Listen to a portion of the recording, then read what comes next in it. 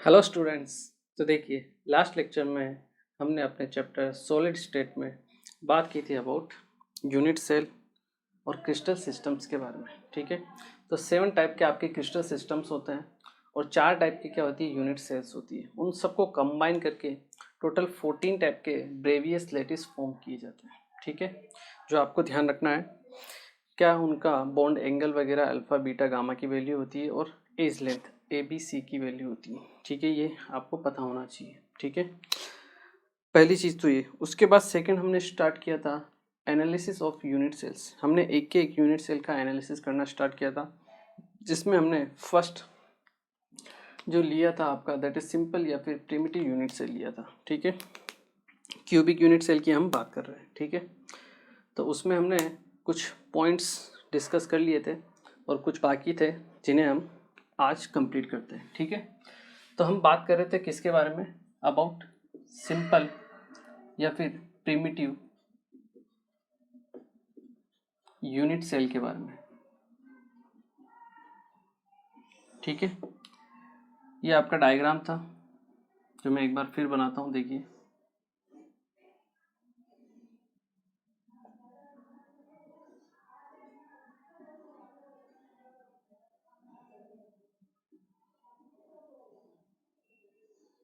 ठीक है, इस टाइप की क्या होती है, आपकी यूनिट्स होती है, यूनिट सेल। ठीक है, कॉर्नर पर आपके क्या होते हैं, एटम प्रेजेंट होते हैं, ओनली एट दी कॉर्नर्स।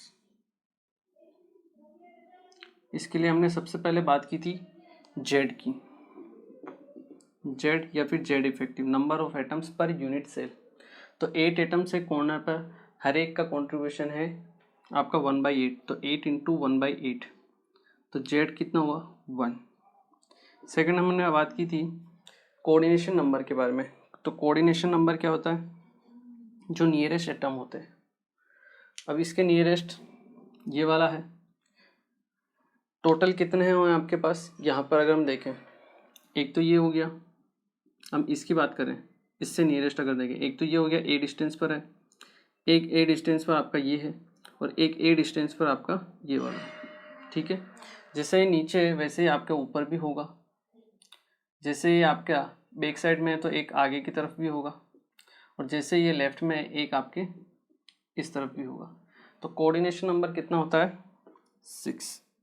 कितने एटम से ये घिरा हुआ है उसको हम बोलते हैं कोऑर्डिनेशन नंबर। जो नियरेस्ट होते हैं, सबसे पास वाले, इनको हम काउंट नहीं करते हैं क्योंकि ये दूर हैं।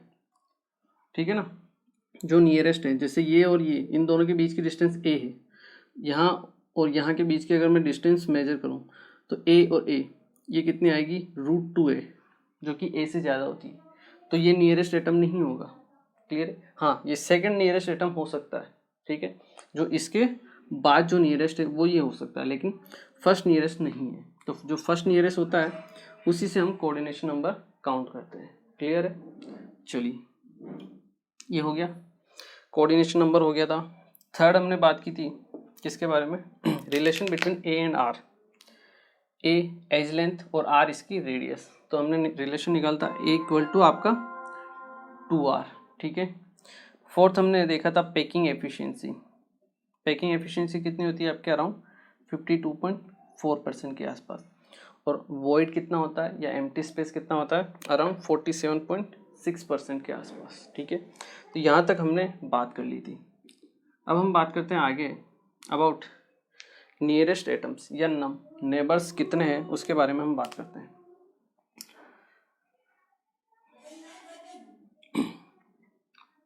तो हम बात करेंगे सबसे पहले फर्स्ट नियरेस्ट के बारे में। First nearest neighbour, first nearest neighbour कौन सा होगा। ठीक है, एज लेंथ मतलब या उसकी डिस्टेंस कितनी होगी, और नंबर ऑफ नियरेस्ट एटम्स, ये नंबर ऑफ एटम्स। ठीक है, देखिए आपको मैं समझाता हूँ। जैसे हम क्या कर रहे हैं, इस एटम की बात कर रहे हैं। ठीक है, इसके नियरेस्ट एटम कौन कौन से, फर्स्ट नियरेस्ट की अगर हम बात करें, ठीक है, फर्स्ट नियरेस्ट नेबर, ठीक है। तो इससे सबसे कम डिस्टेंस पर कौन सा एटम है, ये वाला है जो ए डिस्टेंस पर है, या फिर ये वाला जो ए डिस्टेंस पर है, या फिर ये वाला जो ए डिस्टेंस पर है। मतलब जो ए डिस्टेंस पर है वो क्या है, सबसे नियरेस्ट है। इसके अलावा अगर दूसरा कोई एटम है तो वो तो उससे ज़्यादा डिस्टेंस पर है, ठीक है। तो फर्स्ट नियरेस्ट की अगर हम बात करें तो वो कितने होंगे, 1 2 3, और 3 ही आपके 1 2 3 ये भी होंगे, तो टोटल आपके पास 6 होंगे। और डिस्टेंस क्या होगी, ए, मतलब ए डिस्टेंस पर होंगे और 6 एटम्स होंगे, ठीक है। पहली बात तो ये। दूसरी बात, हम बात करते हैं सेकंड नियरेस्ट के बारे में। किसके बारे में, सेकंड नियरेस्ट के बारे में, ठीक है। वैसे तो ये जनरली आपको डायरेक्ट ध्यान ही रखने हैं, लेकिन मैं आपको विजुअलाइज करवाता हूँ ताकि आपको समझ में आए, ठीक है। एक बार आप, ये तो आई थिंक आप लोगों ने नोट कर ही लिया है, ठीक है ना, इसको मैं मिटाता हूँ, ठीक है।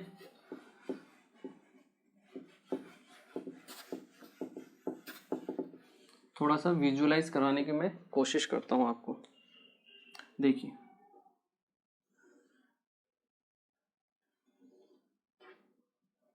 और नहीं विजुअलाइज हो सके तो भी कोई दिक्कत वाली बात नहीं है, आप डायरेक्ट भी ध्यान रख सकते हो, ठीक है।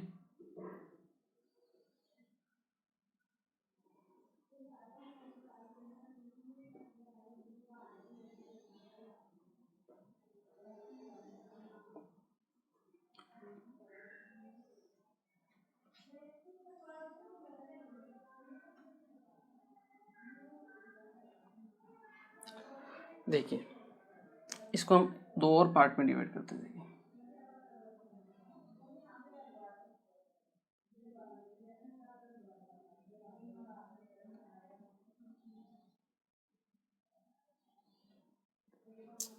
क्लियर है।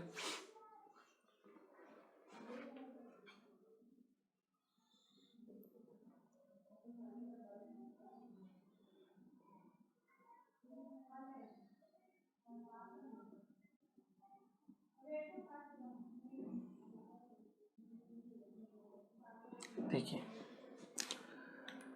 मान लो कोई एटम आपका यहाँ प्रेजेंट है इस जगह पर, फर्स्ट नियरेस्ट तो हमने कैलकुलेट कर लिए। अब हम बात कर रहे हैं किसके बारे में, जो सेकंड नियरेस्ट है, ए, जिसकी डिस्टेंस ए से क्या होगी, ज़्यादा होगी, ठीक है। तो जो सेकंड नियरेस्ट होगा वो कहाँ पर होगा, आपके फेस के डायगोनल पर। पहली बात तो ये, जैसे ये फेस है, इस फेस के इस डायगोनल पर, क्योंकि ये डिस्टेंस तो आपका रहेगा कितना, ए रहेगा, ये जो डिस्टेंस रहेगी ये कितनी रहेगी आपके पास, √2a। क्लियर, जैसा हमने देखा था। दोबारा मैं अगर आपको बताऊं डायग्राम में,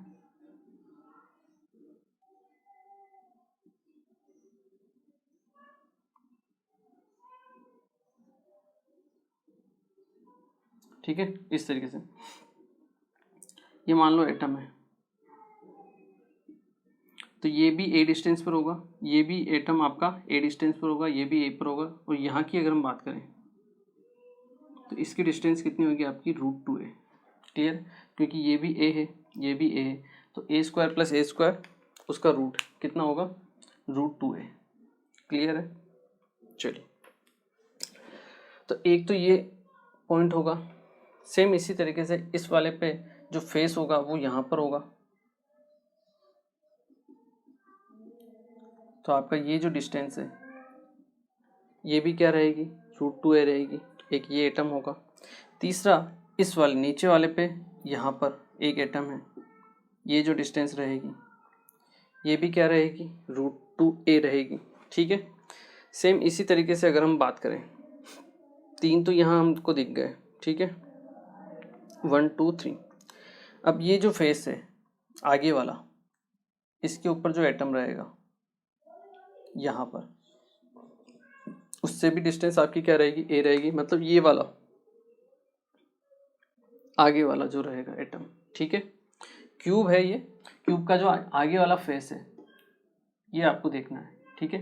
ये भी किस डिस्टेंस पर रहेगा, √2a पर, यहाँ पर अगर हम देखेंगे, ठीक है। सेम इसी तरीके से इस क्यूब के लिए इस फेस पर जो एटम है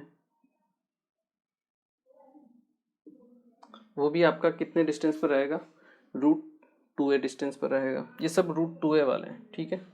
सेम इसी तरीके से ये जो बीच वाला आपका फेस है, यहाँ पर एटम जो रहेगा उसकी डिस्टेंस भी आपकी √2a रहेगी। क्लियर है। ये वाला जो आपका क्यूब है, इसका ये वाला फेस, आगे वाला फेस ये वाला, और यहाँ पर जो एटम प्रेजेंट होगा उसकी डिस्टेंस भी क्या रहेगी, √2a रहेगी। सेम इसी तरीके से इस फेस के लिए ये जो क्यूब बना हुआ है, यहाँ पर अगर एटम है तो उसकी जो डिस्टेंस है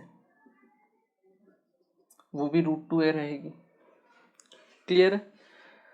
तो कुल मिला के अगर देखा जाए तो इस एटम से जो सेकंड नियरेस्ट एटम है √2a डिस्टेंस पर, कितनी डिस्टेंस पर, √2a डिस्टेंस पर, आप काउंट कर सकते हो।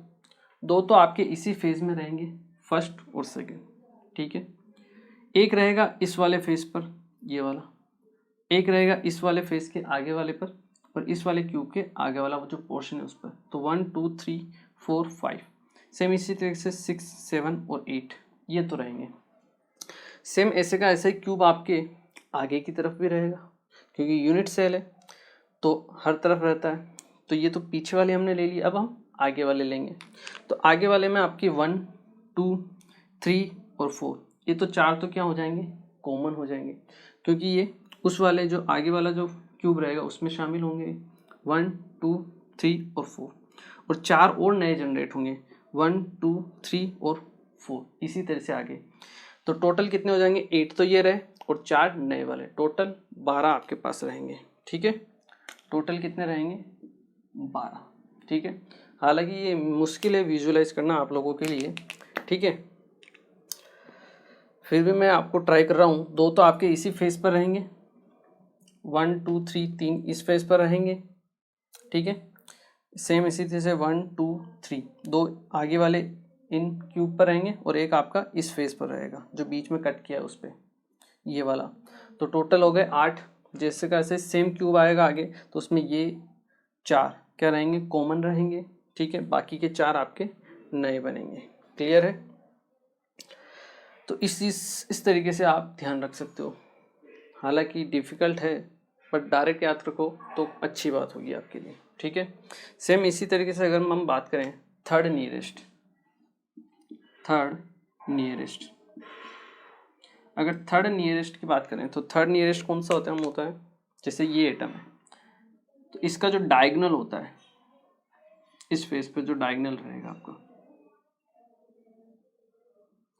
इसका जो डायगोनल रहेगा आपका यहाँ पर, और इसकी डिस्टेंस कितनी होगी, √3a। ये क्या होगा आपका थर्ड नियरेस्ट होगा, क्योंकि ए वाले हो गए, फिर √2a वाले हो गए, अब क्या बचा, बॉडी का डायगोनल, ठीक है।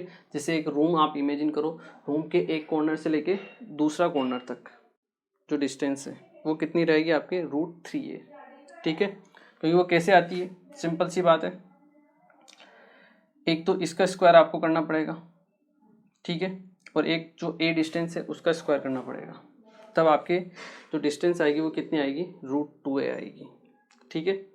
आई एम श्योर आप लोगों को क्लियर होगा। इसको एक बार मैं विजुलाइज करने दिखाने की आपको कोशिश करता हूँ, ठीक है ना। क्योंकि एक कॉर्नर से आपका दूसरा कॉर्नर है, ठीक है। तो एक तो डिस्टेंस a रहती है और एक आपकी क्या रहती है, √2 है। इसको और अच्छे तरीके से अगर मैं विजुलाइज करवाऊँ आपको तो देखिए,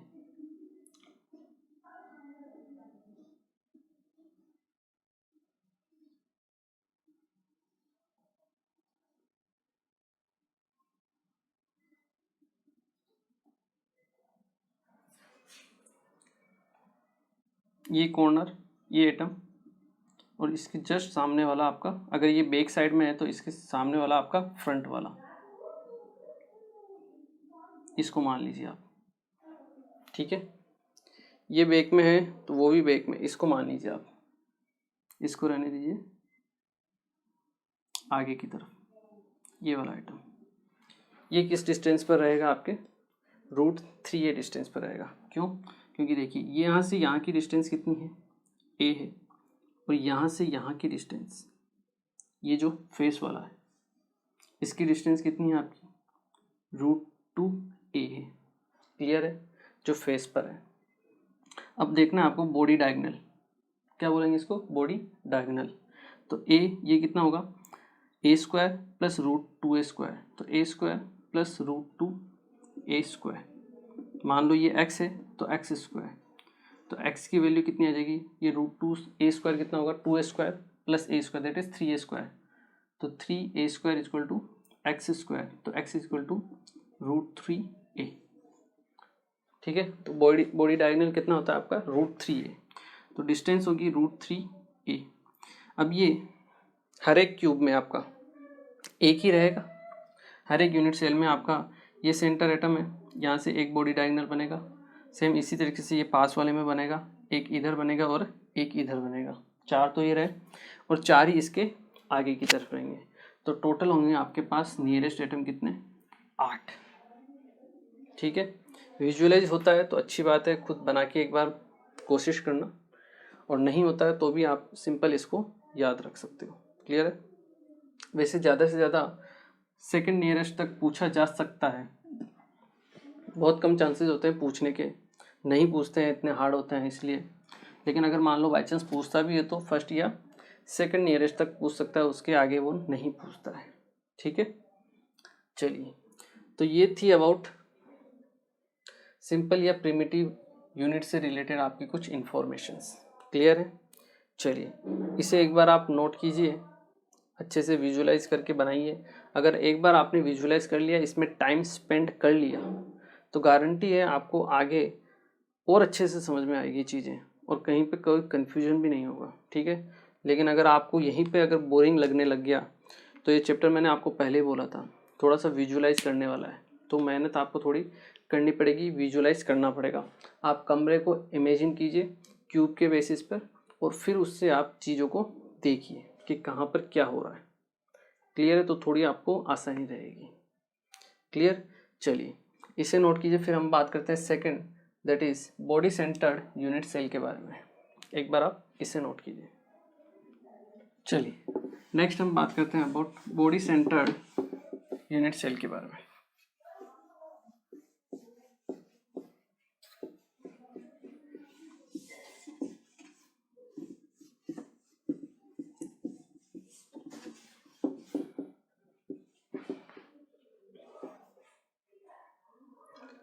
चलिए नेक्स्ट जो है second type, that is second type of unit cell, that is body centred unit cell.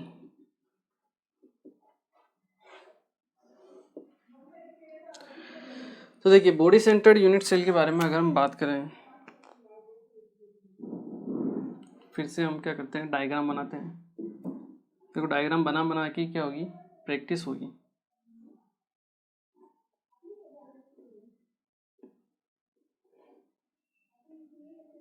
इस तरीके से अगर हम देखते हैं,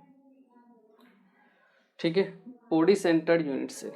बॉडी सेंटर्ड यूनिट सेल में क्या होता है, एटम्स आपके सेंटर पर तो रहते ही हैं, मतलब कॉर्नर पर तो रहते ही हैं, उसके अलावा कहाँ पर प्रेजेंट रहते हैं, बॉडी के डायगोनल पर। क्लियर है, ये पता है कहाँ रहेगा, बॉडी के डायगोनल पर। पहली बात तो ये। दूसरी बात, ये जो बॉडी का जो सेंटर वाला एटम्स होता है, ये जितने भी कॉर्नर्स वाले एटम्स रहते हैं, इन सबको क्या है, टच किए हुए रहता है, ऊपर वाले चारों को और नीचे वाले चारों को। ठीक है, तो इसको मैं इस तरीके से बनाता हूँ, देखिए कि आपको थोड़ा सा विजुअलाइज हो। बॉडी सेंटर वाला ये क्या है, टच किए हुए रहता है, 1 2 दोनों को, इन चारों को, मतलब कुल मिला के 8 को टच किए हुए रहता है। ये कुछ इस तरीके से रहता है, मैं आपको बनाता हूँ, देखिए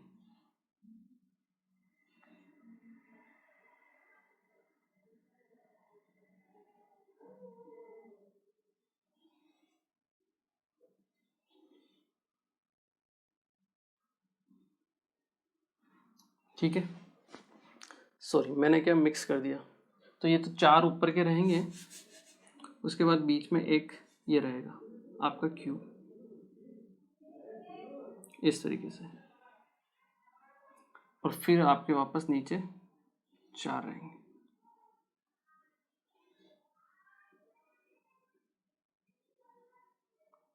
ठीक है, ये 4 रहेंगे नीचे की तरफ, 4 ऊपर की तरफ रहेंगे, और बीच में आपका क्या रहेगा, सेंटर्ड एटम। तो ये जो सेंटर्ड एटम है ये इसको भी टच करेगा, इन चारों को टच करेगा, और इन चारों को टच करेगा। क्लियर है? इस तरीके से चारों को टच करेगा ये सेंटर को। और एक चीज और, अगर हम यहीं पे देखें,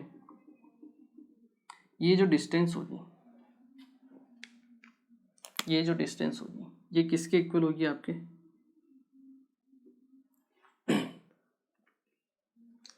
ये क्या है, बॉडी डायगोनल है। ये क्या है, बॉडी डायगोनल है। एक कॉर्नर टॉप वाला, एक पीछे बैक वाला, और दोनों के बीच में क्या है आपका, बॉडी सेंटर्ड एटम है। तो इसकी डिस्टेंस अभी हमने थोड़ी देर पहले निकाली थी, बॉडी डायगोनल की डिस्टेंस कितनी होती है, √3 है। कितनी होती है, √3a। पहली बात। दूसरी बात, इसकी रेडियस है r, ये भी r, ये भी r, ये भी r। तो यहाँ से अपने पास एक इंपॉर्टेंट रिलेशन आता है, that is r 2r 3r plus r 4r, तो 4r इक्वल टू √3a। ये रिलेशन भी आता है, इसके बारे में भी हम बात करेंगे। पहले हम बात करते हैं सबसे पहले z, नंबर ऑफ z या z effective number of atoms in unit cell. तो 8 कॉर्नर्स पर हैं, एक का कॉन्ट्रीब्यूशन है 1/8, तो 8 × 1/8 प्लस बॉडी सेंटर पर 1 है उसका फुल 100% कॉन्ट्रीब्यूशन रहेगा, तो z की वैल्यू हो गई 2। ठीक है, BCC के लिए। सेकंड हम बात करते हैं कोऑर्डिनेशन नंबर के लिए। कोऑर्डिनेशन नंबर, अब इसको कितने आइटम्स सराउंड किए हुए हैं, तो इसके पास आपके पास 2 तरीके हैं। जो सिंपल तरीका वो मैं आपको बताता हूँ, उससे आपको इजीली तरीके से समझ में आएगा। जैसे बॉडी पे कॉर्नर पर जो एटम रहता है वही आपके सेंटर पे भी एटम होगा। मतलब मान लो ये जिंक का लेटिस है, तो जिंक के एटम आपके कॉर्नर्स पर हैं, ठीक है, तो वही जिंक के एटम आपके कहाँ पर रहेगा, सेंटर पर रहेगा। जो कोऑर्डिनेशन नंबर होगा वो आप कॉर्नर के एटम का निकालो या फिर सेंटर एटम का निकालो, दोनों सेम ही आएंगे, उसमें कोई चेंज आने वाला नहीं है। ठीक है, तो यहाँ से अगर हम देखें तो ये बॉडी का सेंटर है, सबसे नियरेस्ट एटम इसको टच किए हुए यही है चारों, 1 2 3 4 5 6 7 8। तो कोऑर्डिनेशन नंबर कितना होगा, 8। सिंपल, क्लियर है, कोई दिक्कत वाली बात नहीं है। पहली चीज़ तो ये आप इससे समझ सकते हो। दूसरी चीज़, ये तो हमने इससे निकाल लिया अगर मान लो आपको निकालना है किससे, इससे, या फिर मान लो आपको इससे निकालना है, किसी भी एटम से निकालना है, ये भी इसको टच किए हुए रहेगा, भले ये दिख नहीं रहा है आपको, लेकिन ये भी टच किए हुए रहेगा। मैंने आपको दिखाया है, पीछे की तरफ वाला भी टच किए हुए रहता है, ये सेंटर वाला बीच में रहता है। क्लियर है? तो देखिए ये आपका कॉर्नर पर एटम है, ये कितने लेटिस में आपका क्या होता है, कंट्रीब्यूशन करता है, एक में 1/8 होता है, और ये आपके 8 यूनिट सेल से घिरा हुआ रहता है। और अगर 8 यूनिट सेल से घिरा हुआ रहेगा तो वो हर एक जो डिफरेंट यूनिट सेल होगी उसमें जो सेंटर एटम है उससे टच करेगा, क्योंकि इसमें भी टच करा है। जो दूसरा एटम, दूसरा आपका यूनिट सेल इसके आगे बनेगा, उसमें भी आपका बॉडी डायगोनल होगा कुछ ना कुछ, यहाँ पे ये कुछ ना कुछ रहेगा, यहाँ पे एक बॉडी सेंटर्ड होगा, बॉडी के सेंटर पे एक एटम होगा, उससे भी ये टच करेगा। सेम इसी तरीके से ऊपर वाले से, फिर यहाँ से ऊपर वाले से, 4 तो ये आगे और 4 ही आपके पीछे की तरफ, इस तरफ। तो टोटल ये 8 से क्या करेगा, सराउंड रहेगा। तो उस तरीके से भी निकालो तो भी आपका आंसर क्या आता है, 8 ही आता है। तो आप तो सिंपल है, इस तरीके से समझ लीजिए। बॉडी सेंटर्ड है, इसको कितने एटम ने घेर के रखा हुआ है, 8 ने, तो कोऑर्डिनेशन नंबर हो गया 8। ठीक है, ज़्यादा दिमाग लगाने की कोशिश करोगे तो हो सकता है कन्फ्यूजन हो जाए। ठीक है, तो इस चक्कर में मत पड़ना। क्लियर है? सिंपल तरीके से मैं आपको समझा रहा हूँ। सेकंड चीज़ ये होगी। थर्ड चीज़ अगर हम बात करें, थर्ड चीज़ ये हम रिलेशन लिख सकते हैं यहाँ से, that is √3a is equal to 4r, या फिर a is equal to 4/√3r। ठीक है, ये अराउंड लगभग आता है आपके पास 2.3r के आसपास, 2.3r के आसपास आता है। ठीक है, कभी वैल्यू काम में आ जाए तो ठीक है, अदरवाइज इस तरीके से काम में आती है। 4 बाई कितना होता है ये 1.732। ठीक है, तो यहाँ से अगर आप निकालो अराउंड मेरे हिसाब से यही आना चाहिए 173।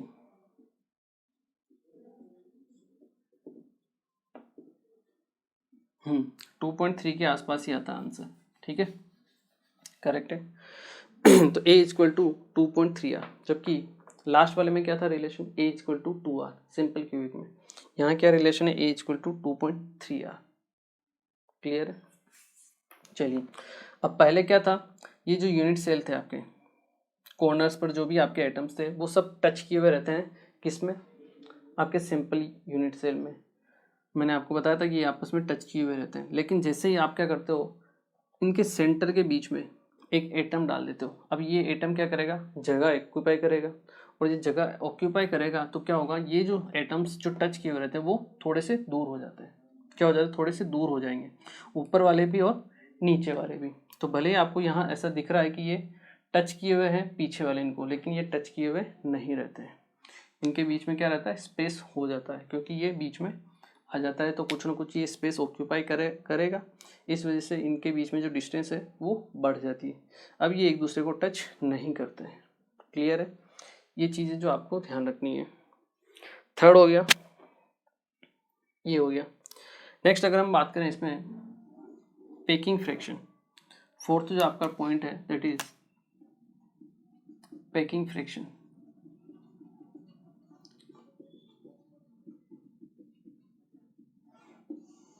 पैकिंग फ्रैक्शन हम जो हमने लास्ट टाइम निकाला वैसे निकाल सकते हैं। पैकिंग फ्रैक्शन कितना होगा, कितने एटम्स है और एक एटम का वॉल्यूम। ठीक है, तो number of atoms unit cell में कितने हैं आपके पास, 2। Number of atoms in unit cell into volume of 1 unit cell divide by volume of cube, volume of या यूनिट सेल। तो पैकिंग फ्रैक्शन अगर हम देखें, number of atoms in unit cell 2 है आपके पास, जेड की वैल्यू कितनी है, 2 है। ठीक है, वॉल्यूम ऑफ 1 यूनिट सेल कितना होगा, 4/3 pi r cube divide by volume of unit cell that is कितना होता है, ए क्यूब होता है। कितना होता है, ए क्यूब, और ए की वैल्यू क्या है इतनी, 4/√3r का होल क्यूब, 4/√3r का होल क्यूब। ठीक है, और जब आप इसको सोल्व करोगे तो पैकिंग फ्रैक्शन जो आपके पास आएगा दैट इज अराउंड आएगा, पैकिंग फ्रैक्शन आपके पास अराउंड 68% आएगा। मतलब पैकिंग फ्रैक्शन आएगा आपके पास 0.68। ठीक है, और पैकिंग एफिशिएंसी अगर आप बात करोगे पीई, वो कितना हो जाएगा आपके पास 68%। जबकि आप बात करो वॉइड की या फिर एम्प्टी स्पेस, परसेंटेज वॉइड या फिर एम्प्टी स्पेस, वो कितना हो जाएगा अराउंड 32% के आसपास। ठीक है, तो ये चीज़ें जो आपको ध्यान रखनी है। सिंपल जो हमने देखा था सिंपल यूनिट सेल, उसमें आपकी पैकिंग एफिशिएंसी कितनी थी, अराउंड 52.4% के आसपास। ठीक है, और यहाँ पे पैकिंग एफिशिएंसी कितनी है, 68% है। इसका मतलब यहाँ जो क्रिस्टल बनेगा, जो लैटिस बनेगा, वो ज़्यादा स्ट्रोंग होगा, क्योंकि पैकिंग एफिशिएंसी क्या है इसकी, ज़्यादा है। स्पेस, एम्प्टी स्पेस क्या है, कम है। ठीक है, तो ये आपको थोड़ा ध्यान रखना पड़ेगा। डायरेक्ट पूछा भी जाता है कि बॉडी सेंटर में पैकिंग एफिशिएंसी कितनी होती है। ठीक है, कभी हो सकता है ऑर्डर पूछ ले, या फिर एम्प्टी स्पेस कितना होता है इस बारे में पूछ ले। ठीक है, तो ये आपको ध्यान रखना है, सिंपल सी चीज़ है ये। क्लियर है, चलिए इसको नोट कीजिए। फिर हम बात करते हैं, इसमें भी नियरेस्ट एटम्स होते हैं तो उसके बारे में हम बात कर लेते हैं। एक बार आप इसे नोट कीजिए। नेक्स्ट हम बात करते हैं आपके नियरेस्ट एटम के बारे में, ठीक है ना। आई थिंक इस डायग्राम की मुझे ज़रूरत पड़ेगी, ठीक है। या ऐसा करते हैं, एक बार फिर से बनाते हैं।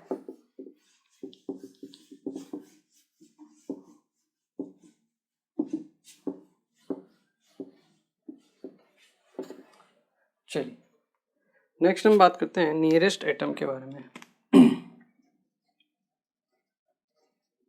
नियरेस्ट नेबर,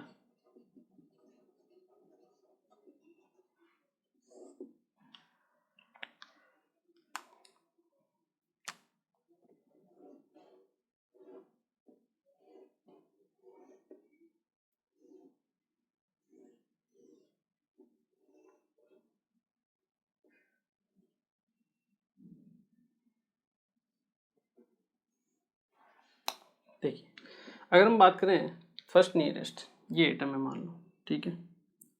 तो फर्स्ट नियरेस्ट कौन सा होगा, इसके कॉर्नर पर एटम ये रहेंगे, बीसीसी है, कॉर्नर के साथ साथ आपके सेंटर पर एटम रहेंगे, ठीक है। और एक एटम रहेगा आपके सेंटर पर।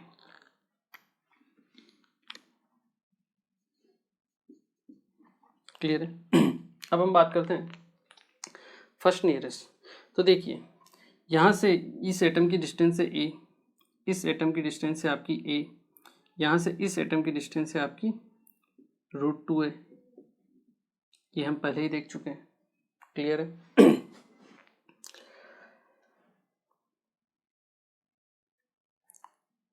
इसके जो नियरेस्ट एटम होगा जो मुझे दिख रहा है वो रहेगा ये सेंटर का है जो एटम, जिसको ये टच किए हुए रहेगा, क्योंकि इसके और इसके बीच में बॉडी डायगोनल की डिस्टेंस क्या होती है, √3 है। कितनी होती है, √3 है। और ये कहाँ है, उसके जस्ट सेंटर में है, बीच में। तो ये जो डिस्टेंस होगी ये कितनी होगी, √3a/4 √3a/2 सॉरी।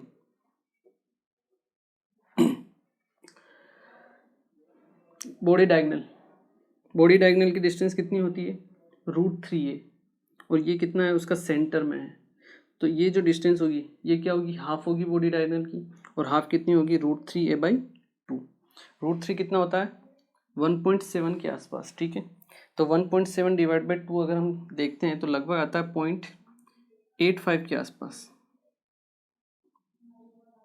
ए के आसपास, या 86 मान लो आप, 85 या 86 ए के आसपास।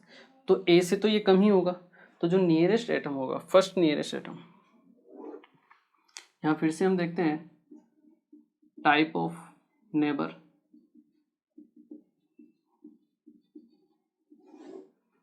डिस्टेंस किस डिस्टेंस पर है वो,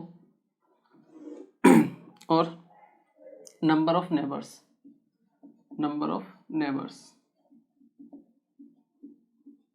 कितने एटम्स रहेंगे, ठीक है। तो पहले हम बात करें आपके फर्स्ट नियरेस्ट नेबर।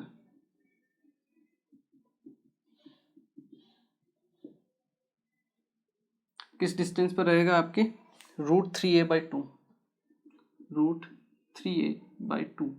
अब नंबर्स कितने होंगे, जैसे कॉर्नर का आइटम है, इस सेंटर के साथ टच रहेगा, सेम इसी तरीके से इसके पास एक और क्यूब रहेगा, उसमें भी सेंटर आइटम होगा, उससे भी टच किए हुए रहेगा, सेम इसी तरीके से ऊपर यहाँ पर, और इसके ऊपर यहाँ पर, मतलब 4 तो ये पीछे वाले होगा, 4 ही इसके आगे वाले होंगे। तो टोटल जो नंबर होगा कितना होगा, 8 होगा। मतलब ये आपके 8 सेंटर से घिरा हुआ रहेगा। ये हमने देख लिया था कोऑर्डिनेशन नंबर में, अभी देखा ही है। हम बात करते हैं सेकंड नियरेस्ट के बारे में, second nearest neighbour.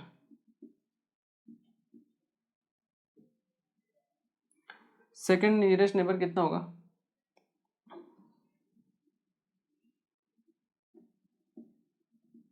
Second nearest की बात करें तो सेकंड नियरेस्ट आपका ये ए वाला रहेगा। कितने होंगे, 1 2, ये भी ए पर रहेगा, 3, जैसे नीचे है आपका एक टॉप में रहेगा यहाँ पे, 4 ये राइट में है तो एक आपका लेफ्ट में रहेगा, 5 ये बैक में है तो ये एक आपका इस तरफ राइट में भी रहेगा, आगे की तरफ 6। तो टोटल कितने होंगे, 6 होंगे। किस डिस्टेंस पर, ए डिस्टेंस पर, क्लियर है। नेक्स्ट हम बात करते हैं थर्ड नियरेस्ट नेबर। ठीक है, थर्ड नियरेस्ट नेबर कौन सा है? जो √2 है डिस्टेंस पर है। और ये कितने रहेंगे? अभी मैंने आपको बताया था, इनको हमने लास्ट वाले में काउंट ही किया था, दैट इज √3 वाले कितने रहते हैं? 12 रहते हैं, जो फेस सेंटर वाले रहते हैं। कितने? 12। अभी थोड़ी देर पहले जो बताया मैंने वही है। ठीक है, तो √2a वाले कितने रहेंगे आपके पास? 12 रहेंगे। क्लियर है? चलिए, तो इस तरीके से आपको थोड़ी बहुत चीज़ें ध्यान रखनी है। किसके लिए? बॉडी सेंटर्ड यूनिट सेल के लिए। एक बार आप इसे नोट कीजिए। ओके, तो देखिए आज के लेक्चर में हमने पहली बात तो सिंपल क्यूबिक यूनिट सेल के लिए नियरेस्ट नेबर्स थे वो फाइंड आउट किए थे, फर्स्ट, सेकंड, थर्ड। इनको वैसे तो रटना मुश्किल होता है थोड़ा सा, अगर आप समझ लो तो अच्छी बात रहती है। ठीक है, हाँ, समझ में नहीं आता है तो बात अलग है। बाकी मैंने आपको समझाने की कोशिश की है पूरी विजुअलाइज कराने की। एक बार फिर से आपको विजुअलाइज करना पड़ेगा इसको, तो समझ के करोगे तो आसान रहेगा, रटने की ज़रूरत नहीं पड़ेगी। ठीक है, उसके बाद हमने बात की about body centred unit cell के बारे में। इसके लिए हमने कोऑर्डिनेशन नंबर देखा, जेड का नंबर देखा, पैकिंग एफिशिएंसी देखी। सिंपल से क्या होती है? ज़्यादा होती है। ठीक है, ए और आर के बीच में रिलेशन देखा, और इसके लिए भी हमने नियरेस्ट नेबर की कैलकुलेशन की, फर्स्ट, सेकंड और थर्ड के लिए। फर्स्ट या सेकंड तक अगर पूछता है तो पूछता है, थर्ड तक तो पूछते है भी नहीं। ठीक है, पर आपको निकालना आना चाहिए, थोड़ा बहुत आपके लिए अच्छा रहेगा समझने के लिए। क्लियर है? चलिए, इसमें थर्ड बाकी है अपना, that is face centred unit cell. उसको हम पढ़ेंगे अपने नेक्स्ट लेक्चर में। ठीक है, तो मिलते हैं फिर next lecture. Thank you very much.